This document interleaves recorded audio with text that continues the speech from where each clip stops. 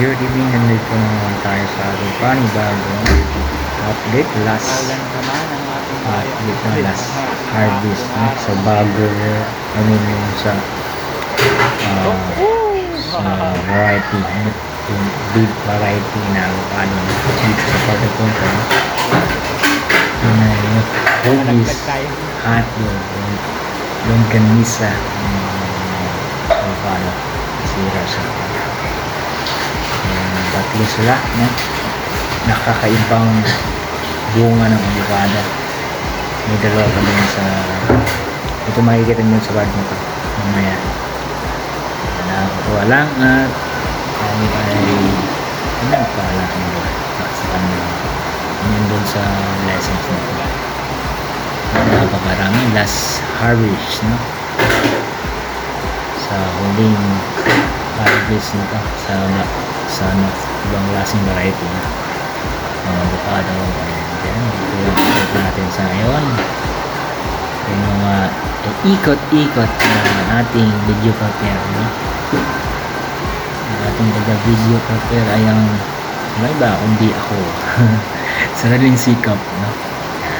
Pinapaya ko pa nga yan dyan yun sa part na yun. Ngayon ko nakita ng ganitong avocado na kakaiba ang kanyang hugis no? Diba? Para siyang para ding pipino, kakaiba, pipinong avocado no? Pipinong avocado yan. Isa naman hindi ko nasalaw nasalaw ko parang I think is nilaglag pa rin no? Parang hindi naman sobrang taas ang pagkalaglag sa part of face na ayun nga, magulang mood ka ayun, na siyang bungkag din nagid na nila mahinog na yun ako skin di huwag na napikuan padong sa gatas o kami dami kayo aming kuha na pinakasunod na harvest no? Sa isang variety ng variety ng avocado classic no? Tuyok lang yun para lipong daw kamo nakanaw mama ni siya avocado lami dito yung pinalitan talaga no? Daghan kayo buhat daghan mabuhat pwedeng kanon pwede rin ibaligya o ibenta diba? Ang negosyo no? Nagkan dyan ka gamit mo nado kay kagaling tanim no? May sarili kang tanim talaga meron pwede mo pang negosyo no? O pang benta diba? Pwede rin kanon no? Na one to sawa pero masarap talaga no? Avocado solid din kung bunga no? Hindi mo talaga sabing hindi solid kasi bunga pa lang pagka nahinog green ang kulay pala nito. Pag nahinog pala nito is green parang ilaw pa pero yung pala pag nawakan mo siya o inislit or hinog na yun nga solid kay bunto ayaw di punta diba? Yan nagkikit-kit lang talaga yung mga kabon yung bat no? Ito na yung mga pictures natin yan so nandito tayo sa yung mga hindi pa nakasubscribe 99.5% and mga nakasubscribe is 0.8 kung gusto mo ng aking content ng update ng aking avocado ang aming avocado so ito ay na subscribe no?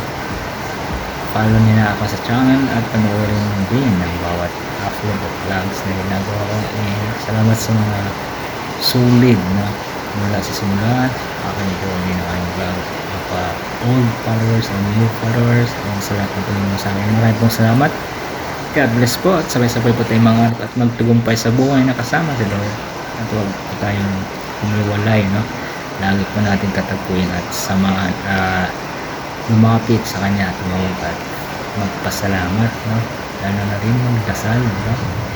Kaya ng Diyos ang kapurihan, sa Diyos ang kadakilaan natin yan sa part na yan, sa blessings na talagang buwan ko sa awa,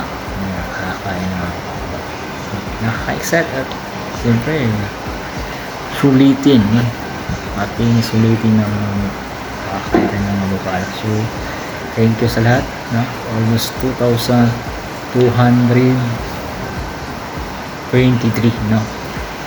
And tuloy-tuloy lang sa pag-grow and sa mga naka-appreciate at nakapanood maging sa aking sa aking channel, no?